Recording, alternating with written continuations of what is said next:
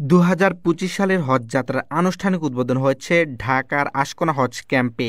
এবার বাংলাদেশ থেকে 87,100 হজযাত্রী পবিত্র হজ পালনে সৌদি আরব যাচ্ছেন। অনুষ্ঠানে প্রধান অতিথি হিসেবে উপস্থিত ছিলেন অন্তর্বর্তী সরকারের ধর্ম বিষয়ক উপদেষ্টা ডক্টর আ.পা.ম খালিদ হোসেন। হজযাত্রীদের উদ্দেশ্যে তিনি সরকারের পক্ষ থেকে সর্বোচ্চ সহযোগিতার আশ্বাস দেন। আমরা লাব্বাইক মোবাইল অ্যাপস উদ্বোধন করে আসলাম এবং আমি ব্যয়ের বিমান ভাড়া যৌক্তিকভাবে কমানোর জন্য বেসরকারি বিমান পরিবহন ও পর্যটন মন্ত্রণালয় কর্তৃপক্ষের সাথে কাছে কৃতজ্ঞতা জ্ঞাপন করি। বিমান কর্তৃপক্ষ, রাজস্ব বোর্ড, ওনারা আমরা বারবার মিটিং করে আমরা এই ভাড়া কিছুটা কমাতে সক্ষম হয়েছি। হজ শেষ হওয়া পর্যন্ত, হাজিরা দেশে ফিরে না আসা পর্যন্ত আমরা আপনাদের পাশে আছি।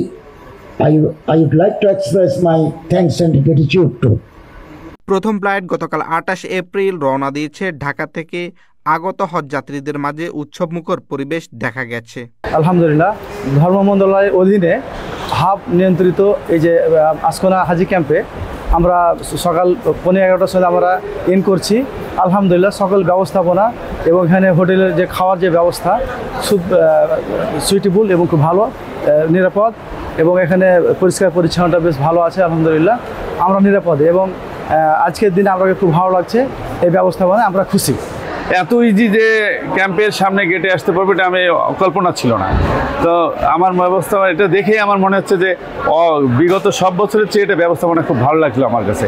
যদিও আমরা বিগত দিনে ট্রেনিং করতে এসে দেখছি যে এখানে আন্ডারগ্রাউন্ডে একটা পাস হচ্ছে, আমাদের চিন্তা ছিল যে গাড়ি নিয়ে আমরা কিভাবে আসবো না আসবো, কিন্তু এটা আলহামদুলিল্লাহ খুবই ভালো একটা ব্যবস্থাপনা, আমার কাছে খুবই ভালো লাগলো। বর্তমান এই নিয়ন্ত্রণে বা যারা নিয়োজিত আছেন তাদেরকে সবাইকে আমি ধন্যবাদ জানাই যে এটা আসলে হজ যাত্রীদের জন্য বা আমাদের জন্য এই ব্যবস্থাপনা করার জন্য।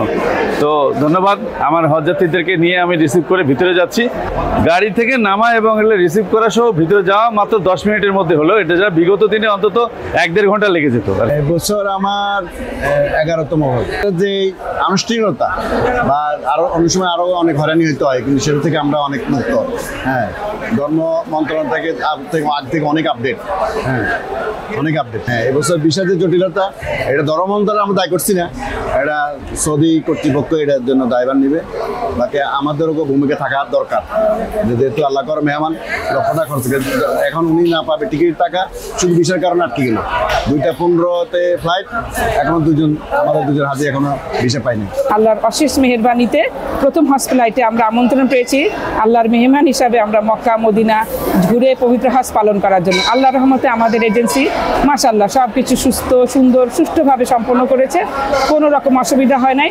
এখন বাকিটুকু হজ ক্যাম্পে যাব, আমাদের শুভ উদ্বোধন হজের অনুষ্ঠান হবে ধর্ম মন্ত্রণালয় থেকে। চলতি বছর হজ ব্যবস্থাপনায় যুক্ত হয়েছে বেশ কিছু আধুনিক প্রযুক্তি। প্রবাসী কল্যাণ ডেস্ক, মেডিকেল সাপোর্ট ও ট্রেনিং ক্যাম্প ছিল দৃষ্টিনন্দন। এখনই হজযাত্রী শেষ মুহূর্তের প্রস্তুতি নিচ্ছে। ধর্ম মন্ত্রণালয় বলছে এবারের হজযাত্রা হবে নিরাপদ ও সুশৃঙ্খল।